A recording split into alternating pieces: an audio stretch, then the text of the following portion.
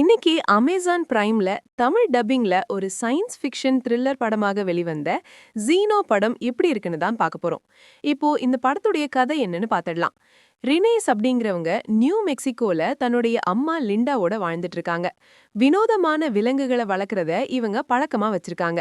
இவங்களுடைய அப்பா இறந்ததுக்கு அப்புறம் லிண்டா பாத்தீங்கன்னா டிப்ரெஷனுக்குள்ள போறாங்க. அதனால ஒரு வயலண்டான குடிகாரரா இருக்கிற சேஸ் அப்படிங்கிறவரை இப்போ ஒரு பாய் ஃப்ரெண்டா வச்சிருக்காங்க. அவங்கள ரினேக்கு சுத்தமா பிடிக்காது. ஒரு கட்டத்துல டின்னர் அப்போ ஒரு பெரிய ஆர்குமெண்ட் வந்ததுக்கு அப்புறமா ரினே பாத்தீங்கன்னா அங்கிருந்து ஓடி வந்துடுறாங்க. ஒரு பாலைவனத்துல ஓடி போகும்போது ஒரு ஏலியன் கிராஷ் சைட்டை வந்து பாக்குறாங்க. அந்த ஏலியன் பாத்தீங்கன்னா ஒரு ட்ராப்ல மாட்டிக்கிட்டு இருக்கு.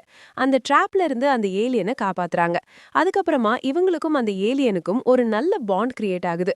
அந்த ஏலியன் பத்தின இன்வெஸ்டிகேஷன்ல சிஐஏ ஏஜென்ட்ஸ் களமிறங்குறாங்க. இதுக்கப்புறம் நடந்த சுவாரஸ்யமான விஷயங்கள் தான் இந்த படத்துடைய கதை.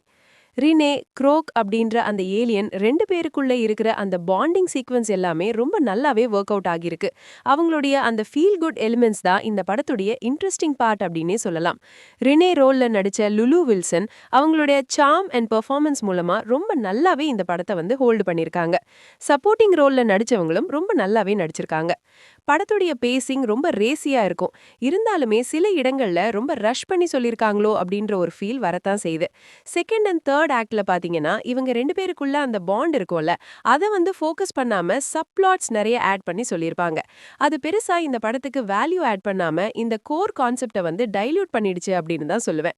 பாண்டிங் சீக்வன்ஸ் எல்லாத்தையும் பாத்தீங்கன்னா எக்ஸ்டெண்ட் பண்ணி சொல்லியிருந்தாங்கன்னா இந்த படம் அடுத்த லெவலுக்கு போயிருக்கும். எண்டிங்மே பாத்தீங்கன்னா ரொம்ப அப்ரப்டா முடிச்ச மாதிரி தான் இருக்கு. இந்த படத்துடைய கதைக்களம் எல்லாமே பாத்தீங்கன்னா பழைய கல்லு புதிய மொந்தை மாதிரியான ஒரு கதைக்களம் தான். படத்துடைய பேசிங் நல்லா இருக்கும். மொத்தத்துல இது ஒரு one time watchable science fiction thriller படமாக வந்திருக்கு. படத்துல அடல்ட் கண்டென்ட் இல்ல. இந்த படத்தை நீங்க ஃபேமிலியோட பார்க்கலாம். ஜீனோ படத்துக்கு எங்களோட ரேட்டிங் 5 அவுட் ஆஃப் 10. இந்த மூவி ரிவ்யூ பிடிச்சிருந்தா ஒரு லைக் பண்ணுங்க, உங்க கருத்துக்களை கீழே கமெண்ட் பண்ணுங்க. இன்னும் movie studio film channel subscribe பண்ணலையா? உடனே சப்ஸ்கிரைப் பண்ணுங்க. அடுத்த ரிவ்யூவில் சந்திப்போம்.